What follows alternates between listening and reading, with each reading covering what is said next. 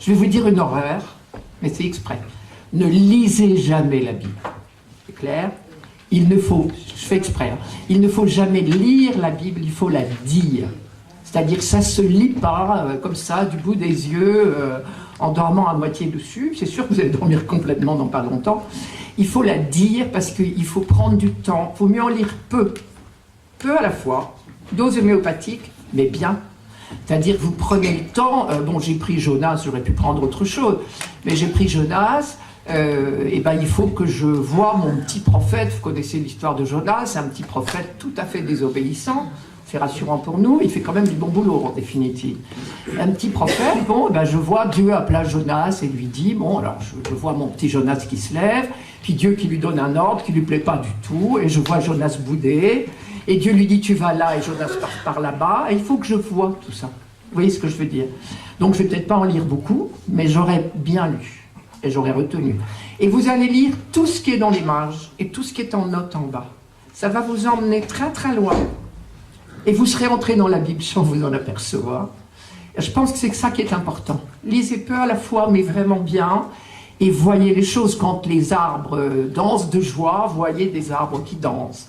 Quand les lions rugissent, chez Amos, entendez le lion qui rugit. Vous voyez ce que je veux dire? Il faut se faire une âme de poète pour lire la Bible. C'est un livre merveilleux, quand même pas très facile. C'est pour ça que je dis qu'il faut se prendre par ce qui vous intéresse.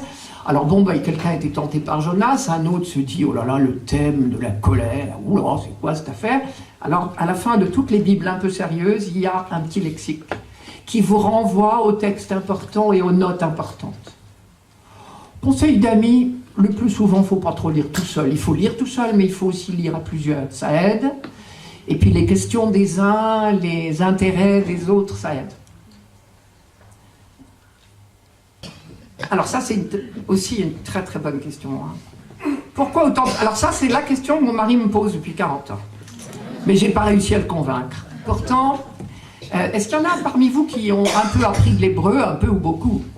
À part la sœur, probablement, qui n'y a pas coupé. Il y a quelqu'un qui a fait de l'hébreu? Ah oui, il y en a plusieurs. Alors, je pense, vous interviendrez si vous n'êtes pas d'accord avec ma réponse. C'est bizarre ce que je vais vous dire. Mais l'hébreu est intraduisible en français. J'ai une bonne raison. C'est déjà pas facile de traduire des langues qui sont proches de nous. Regardez, vous avez essayé de traduire des poèmes anglais ou même des poèmes italiens ou même des poèmes... On n'a pas les mêmes manières de s'exprimer d'une langue dans l'autre. Je vous dis une phrase qui m'a beaucoup intéressée, qui est en exergue du Nouveau Testament grec-français, ce qu'on appelle un interlinéaire, c'est-à-dire...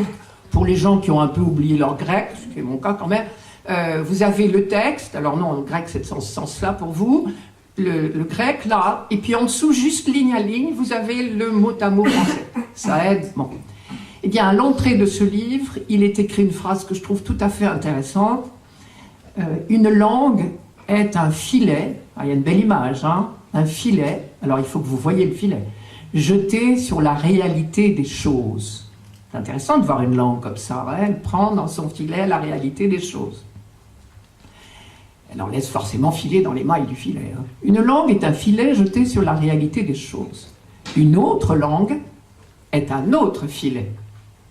Il est rare que les mailles coïncident. C'est bien dit. Hein. Je ne sais pas de qui elle est, comme elle n'est pas signée, je pense qu'elle est de celui qui a écrit ce Nouveau Testament interlinéaire, qui a fait... Il n'a pas écrit le Nouveau Testament, mais il a écrit, il a fait l'effort du mot à mot en dessous. C'est le pasteur Maurice Carrez, qui était prof à la Cato quand j'y étais. Donc, traduire de l'hébreu en français, c'est très difficile. Voilà déjà une des bonnes raisons pour faire des traductions différentes, vous voyez. L'hébreu est une langue avec un... D'abord, c'est un tout autre monde que le nôtre. Hein. Je pense que certains peuples sont plus près de l'hébreu que ceux de langue maternelle française, comme moi. On est marqué, nous, par le latin et le grec. L'hébreu est une langue beaucoup plus concrète, très concrète, magnifique. C'est très intéressant comme écriture, mais c'est difficile à rendre. C'est vraiment difficile à rendre. Je vous donne un exemple, peut-être pas le meilleur, mais c'est celui qui me vient à l'esprit. Vous connaissez l'histoire de Saint Jérôme. Saint Jérôme est quelqu'un d'extraordinaire, ce qui est dommage, c'est que je vais vous dire la seule petite erreur qu'il a faite dans sa vie, c'est dommage, je me rappelle ça. Mais c'est intéressant pour notre propos. Saint Jérôme, traduisant, s'est donné la peine, il était de Jérusalem, il est romain, hein, il est latin, Hieronymus il s'appelle. Nous sommes en l'an 400. Il part à Bethléem et il fait l'effort d'apprendre l'hébreu soigneusement, bon, et il traduit en entier tout l'Ancien Testament d'hébreu en latin. C'est ce qui a donné notre Vulgate, la traduction latine. Et Jérôme, à l'époque, le texte en hébreu n'avait pas de voyelles. Aujourd'hui, il y en a dans les Bibles. On en a mis pour être sûr justement qu'on ne se trompe pas. Mais à l'époque, il n'y en avait pas. Et il a lu que Moïse, descendant du Sinaï, après avoir rencontré Dieu pendant 40 jours, c'est sûr que ça vous transforme. Il est descendu du Sinaï très certainement transfiguré. Et le texte hébreu, on croit bien, veut dire qu'il est descendu rayonnant. L'ennui, c'est que c'est le même mot en hébreu qui dit des cornes ou des rayons. Et il a dit qu'il était descendu avec des cornes. Et c'est pour ça que Michel-Ange nous a fait des Moïse. C'est affligeant, c'est dommage. Ce qui est tout à fait injuste, c'est que Saint Jérôme a fait une traduction absolument admirable et que je me souviens plutôt de cette erreur, mais elle m'intéresse. Parce que vous voyez, là, bon, ben, quelqu'un d'autre aurait traduit rayonnant et lui, il a traduit avec des cornes. Bon, voilà. C'est vraiment une langue où il y a des choix à faire de traduction pour entrer dans la nôtre, et donc des traductions différentes. Si elles sont sérieuses, il y a aussi des choses pas sérieuses. Hein, vraiment pas sérieuses. Mais chez des gens sérieux, moi souvent je compare d'une traduction à l'autre. D'autant plus qu'il ne faut pas se faire d'illusions. Quand je traduis, je fais des choix. Certainement, j'ai prié l'Esprit Saint avant. Enfin, quand même, je suis ce que je suis, et donc j'injecte dans ma traduction ma théologie. C'est évident, on voit les traductions changer au fur et à mesure que la théologie bouge, c'est bien sûr. Ça vous donne un peu d'explication, ça? Et souvent, ça m'arrive de comparer des traductions différentes, et c'est intéressant. Par exemple, je pense, tiens, je ne sais pas pourquoi, je citais à quelqu'un hier le murmure de la brise légère dans le livre des rois. Vous voyez à quoi je fais allusion? Oui. Élie. Élie, premier livre des rois, chapitre 17, 18, 19, c'est toute la saga, on va dire, d'Élie. Et au chapitre 19, Élie, après un long chemin de conversion, de méditation, de souffrance aussi, parce qu'il se rend compte qu'il s'est trompé pas mal, Élie marche 40 jours et 40 nuits vers le Sinaï, vers l'Horeb. 40 dans la Bible, c'est toujours un chiffre symbolique, hein, on n'a pas compté. On ne compte jamais là. Mais c'est symbolique, ça veut dire une gestation, une maturation. Élie arrive à cette fameuse caverne dans laquelle déjà Moïse avait rencontré Dieu, enfin du moins à l'orée de laquelle Moïse avait rencontré Dieu. Et le Seigneur lui dit, Élie, tiens-toi devant la caverne, le Seigneur va passer. Bah tiens, je vais vous le lire après tout. Donc je prends premier livre des rois, chapitre 19.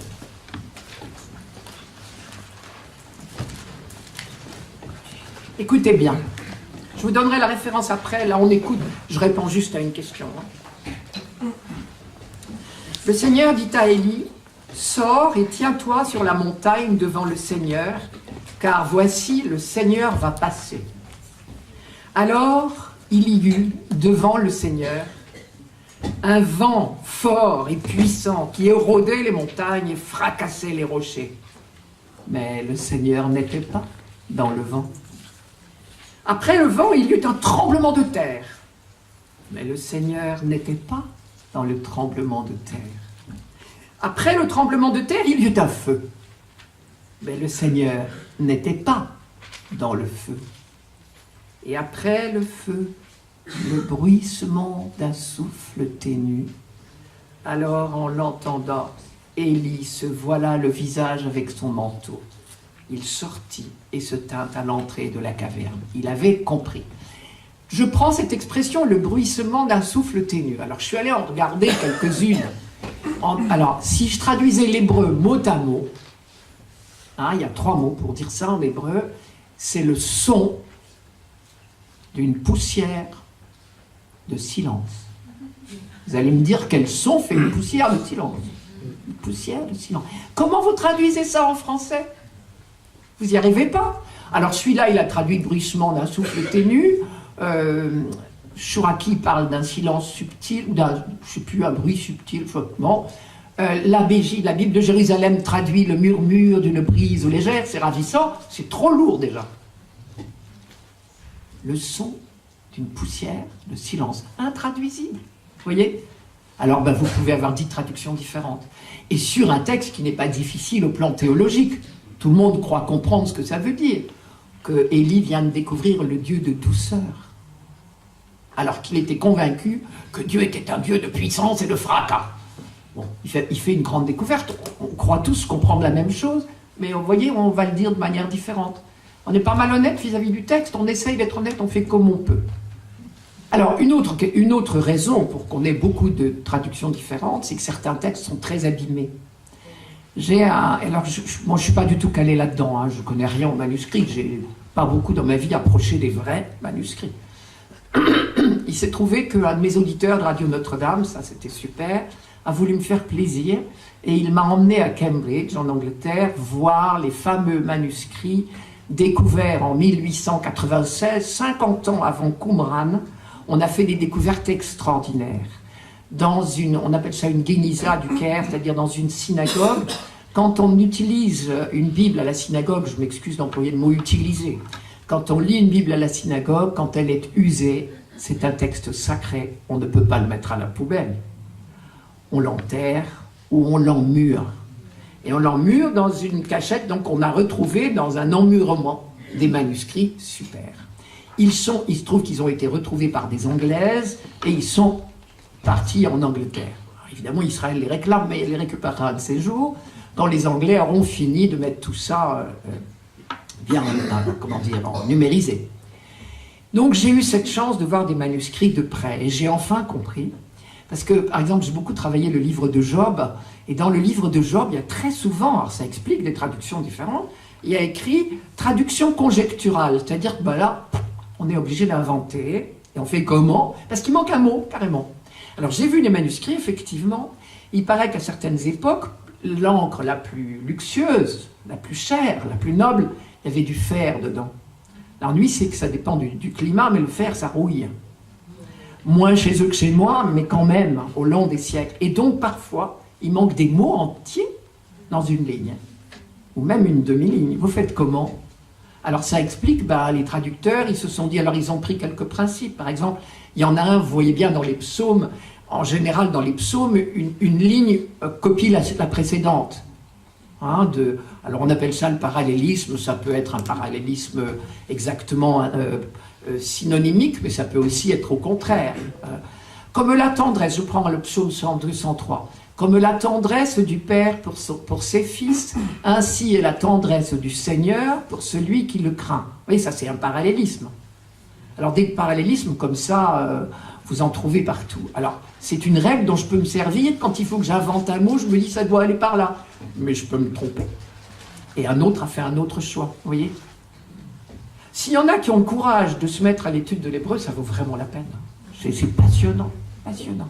On ne fera jamais des bons traducteurs et n'essayez pas, on s'en fiche, il y en a déjà tout plein, ils n'ont pas besoin de nous.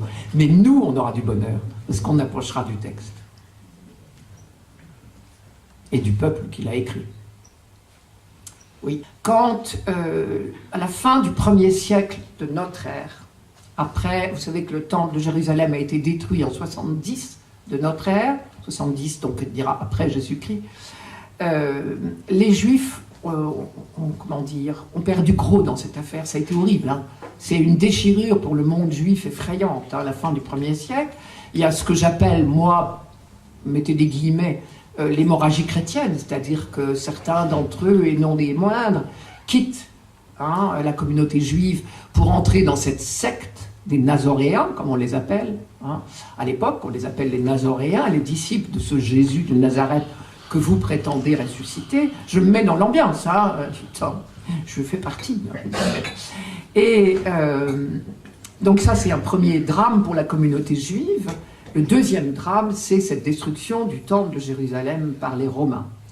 Dans cette guerre civile qui a déchiré le monde juif entre 66 et 70, et qui s'est terminée par ce cataclysme, dans cette guerre civile, il y a eu une énorme perte des côtés des Juifs, et en particulier le parti des Sadducéens est mort, le parti des Esséniens est mort, tout est mort, sauf quelques pharisiens. De ces pharisiens renaîtra le judaïsme. Et ils vont se donner pour tâche de faire revivre, parce que ce peuple élu ne peut pas mourir.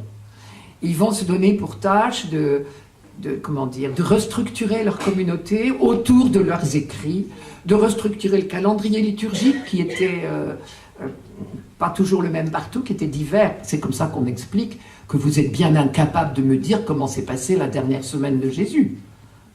Entre le jeudi, le vendredi, ce que vous fêtez, vous, le jeudi, le vendredi et le dimanche, dans les évangiles, on ne sait pas trop, nous, où on en est, parce qu'il y avait plusieurs calendriers liturgiques contemporains. Et ils vont donc restructurer et ils vont rédiger la liste officielle, ce qu'on va appeler le canon des Écritures, c'est-à-dire ce sur quoi on appuie notre foi et notre doctrine. Et il faut certaines conditions pour qu'un livre entre dans le canon. Canon en grec, ça veut dire une règle. Et on appelle ça donc la liste canonique, la liste officielle, je l'appelle, des écrits acceptés par les Juifs pour leur Bible. Les conditions pour entrer dans le canon, évidemment, c'est qu'il faut que ce soit conforme à la foi et aux mœurs, on s'en serait douté, mais 2 écrits en hébreu et 3 sur la terre d'Israël, dans le pays des Juifs. Alors, ça va faire un certain nombre de livres, et puis, il va y avoir, alors ça, c'est la liste est rédigée en Palestine. Et puis, enfin, ce qu'on appelle, je ne prends jamais de parti sur les problèmes politiques d'aujourd'hui. Moi, je suis morte en l'an 100 de notre ère, donc la suite, je sais rien. Mais donc, je suis là-bas. Vous savez que le mot Palestine, que je viens d'employer, est complètement anachronique. Il n'existait pas à l'époque. C'est l'empereur Adrien qui va inventer ce mot 60 ans plus tard, en 135, rien que pour embêter les Juifs, parce que c'est le nom des Philistins. Palestine, c'est Philistin, c'est-à-dire... Bon. Bref, donc il y a un canon. Et qui va faire 66 livres. Non, pas 66, je dis n'importe quoi, 39 livres. Et j'ai mis dedans le Nouveau Testament, j'ai eu le temps. Évidemment. Et il y a des gens qui, à Alexandrie, vont dire, non mais attendez, ça va, et nous on en a des livres écrits chez nous en grec et hors de Palestine, mais qui sont vachement bien. Et ils feront une liste plus complète. Et on va appeler ces livres les deutéros, c'est-à-dire deuxième liste, les deutéros canoniques. Alors vous avez dans toutes vos Bibles une plaque comme ça qui vous dit ce qui est canonique et ce qui ne l'est pas. Siracide, puisqu'il était perdu l'hébreu, vous comprenez qu'il n'est pas dedans, il n'est pas dans la liste érigée en Palestine, forcément, il était perdu. On savait, il existait en grec, donc il est dans la liste deutéro canonique. Alors aujourd'hui qu'il a été retrouvé en hébreu, on le remettrait bien dans la première liste, mais un peu plus. Je ne me permettrai pas de juger. Je vais vous dire une chose. Le seul tout petit reproche que je leur ferai, mais vous allez voir, c'est à nous que je le fais. Je pense qu'un chrétien, c'est quelqu'un qui connaîtrait la Bible, Ancien et Nouveau Testament, de A à Z. Donc, c'est ça qu'on devrait être, tous. Et donc, quand on nous lirait, rêvons comme ça, vous savez qu'il faut réagir et réaliser une chose. Un petit enfant juif, il a appris à lire dans quoi ? Dans la Bible. Moi, j'ai appris à lire dans La Fontaine ou Ésope ou encore pire que ça. Vous voyez ce que je veux dire ? Ça ne fait pas des croyants. Lui, ça fait un croyant. Il en est imbibé depuis le début. Eh bien, un petit chrétien, il devrait apprendre à lire dans l'Ancien et le Nouveau Testament, parce qu'on ne peut pas séparer l'un de l'autre et on ne peut pas comprendre le Nouveau sans connaître l'Ancien, mais il aurait dû apprendre à lire là-dedans. Donc, il suffirait que je lui dise l'évangile de Marc des Tentations qui fait 3 lignes, ce qui est mon problème quand il faut en parler 7 minutes, eh bien, en entendant Marc, il entendrait tout le reste. Et il entendrait aussi Jean, parce qu'il y a des échos chez Jean, très certainement, quelque part. Vous voyez ce que je veux dire ? Voilà. Alors, les pères du Concile ont cru naïvement que nous connaissions tout, et que par conséquent, quand on nous disait 3 phrases, ça évoquait tout le reste. Là, ils se sont à peine trompés. Mais je ne critiquerai pas les choix, parce qu'au contraire, plus j'avance... Ça va faire 20 ans que je fais ces émissions-là, celle-là. Je suis de plus en plus impressionné du choix des textes, au contraire. C'est magnifique. C'est magnifique, et on a une école là de foi, de catéchèse, magnifique. On est bien obligé de connaître le contexte historique, oui. obligatoire. Ça, je crois. Si je ne veux pas faire dire n'importe quoi au texte, parce que c'est ça notre difficulté, notre souci. On voudrait bien être honnête par rapport à ce texte. Déjà, quand on lit une fable de La Fontaine, on essaye de la comprendre. Quand c'est la parole de Dieu, c'est plus grave encore. Et on voudrait bien être honnête, l'ennui, c'est que on ne sait pas comment s'y prendre.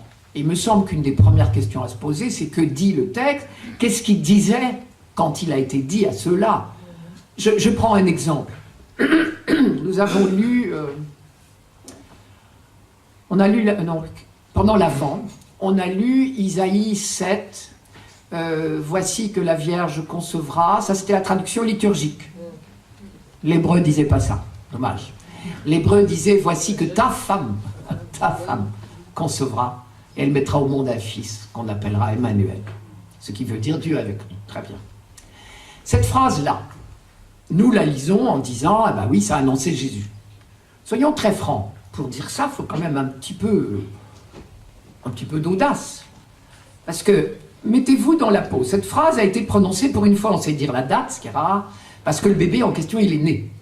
Et que faire un bébé, vous savez aussi bien que moi, à peu près combien de temps ça fait, c'est 9 mois, pas beaucoup plus, en général.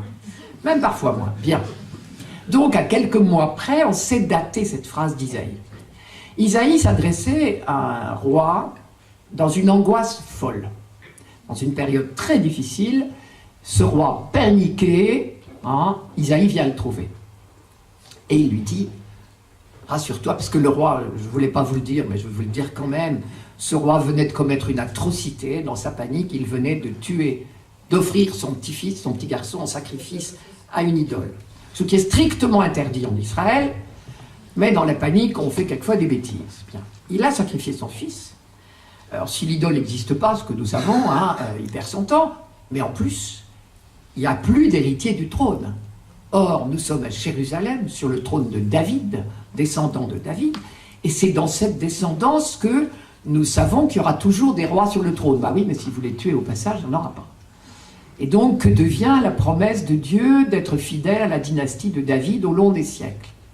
C'est à ce moment-là que le prophète vient dire à ce petit roi de 20 ans paniqué, « Allez, Akaz, tu viens de commettre une horreur, mais Dieu, lui, il est fidèle à ses promesses. Il ne te laissera pas saboter son projet de fidélité à la dynastie de David. Et déjà, le futur petit roi est déjà fait. Il va naître. » Qu'est-ce que vous croyez que ça ferait à Akaz si le prophète allait lui dire, oui, mon petit Akaz, nous sommes donc en 735, avant Jésus-Christ.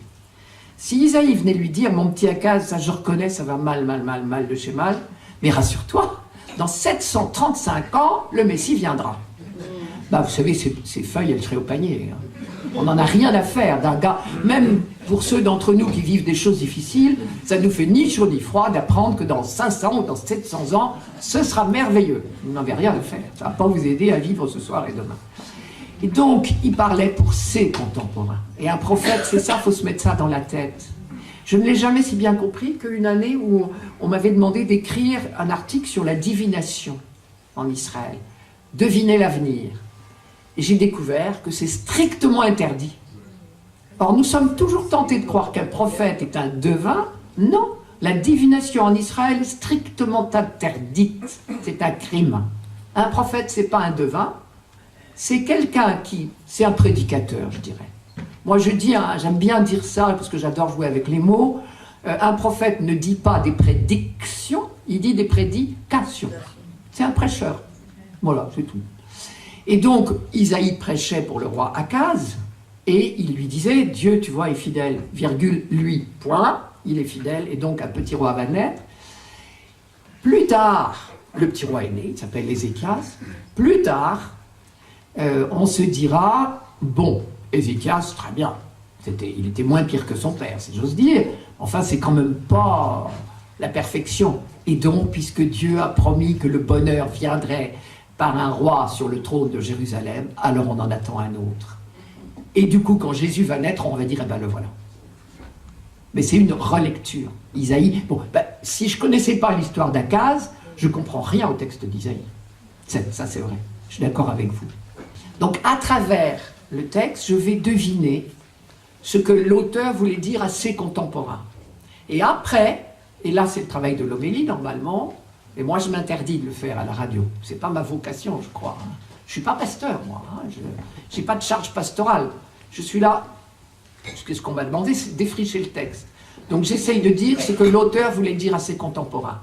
Le pasteur, le meneur, le berger, qui vous voudrez, le prêtre, qui vous pensez, lui aura la charge de traduire ça, une fois qu'il a compris le texte et ce que voulait dire Isaïe, traduire ça pour ses contemporains. Je prends Isaïe 5, par exemple, « Malheur, ceux-ci joignent champ à champ jusqu'à occuper tout le pays. » C'est-à-dire, je m'enrichis, j'étends mes ramifications partout, les autres peuvent crever. Bon, ça ne doit pas être très difficile pour un prédicateur. Moi, je me contente de parler d'Isaïe en son temps. Ça ne doit pas être très difficile pour un prédicateur de dire « Mes petits-enfants, ça ne vous rappelle rien, là ?» Certains d'entre vous doivent se sentir visés, ça, c'est son job. Moi, je m'interdis de le faire. Je ne suis pas là pour ça. Mais il faut faire attention de ne pas sauter à pieds joints sur ce que le texte dit pour nous avant d'avoir énormément travaillé ce que peut-être je vais pouvoir comprendre de ce qu'il disait pour les contemporains. Il faut aller très lentement quand on travaille. Nous avons tout perdu. Et peut-être après tout que nous avons perdu l'alliance. Peut-être que Dieu nous a abandonnés. Et on ne l'aurait pas volé. C'est ça qu'on se dit. Et Isaïe, inspiré par l'Esprit Saint, j'en doute pas, vient leur dire, non seulement Dieu ne vous a pas abandonné, vous êtes encore son peuple élu. Alors il va leur annoncer qu'ils rentreront au pays, c'est une évidence. Ce n'est pas une prophétie au sens de devinerie, enfin divination, c'est parce que c'est évident. Dieu ne peut pas faire autrement que de nous sauver. Il ne sait pas faire autrement, si j'ose dire. Donc c'est sûr, il nous sauvera. Et ce roi parfait que nous attendons, il viendra, c'est sûr.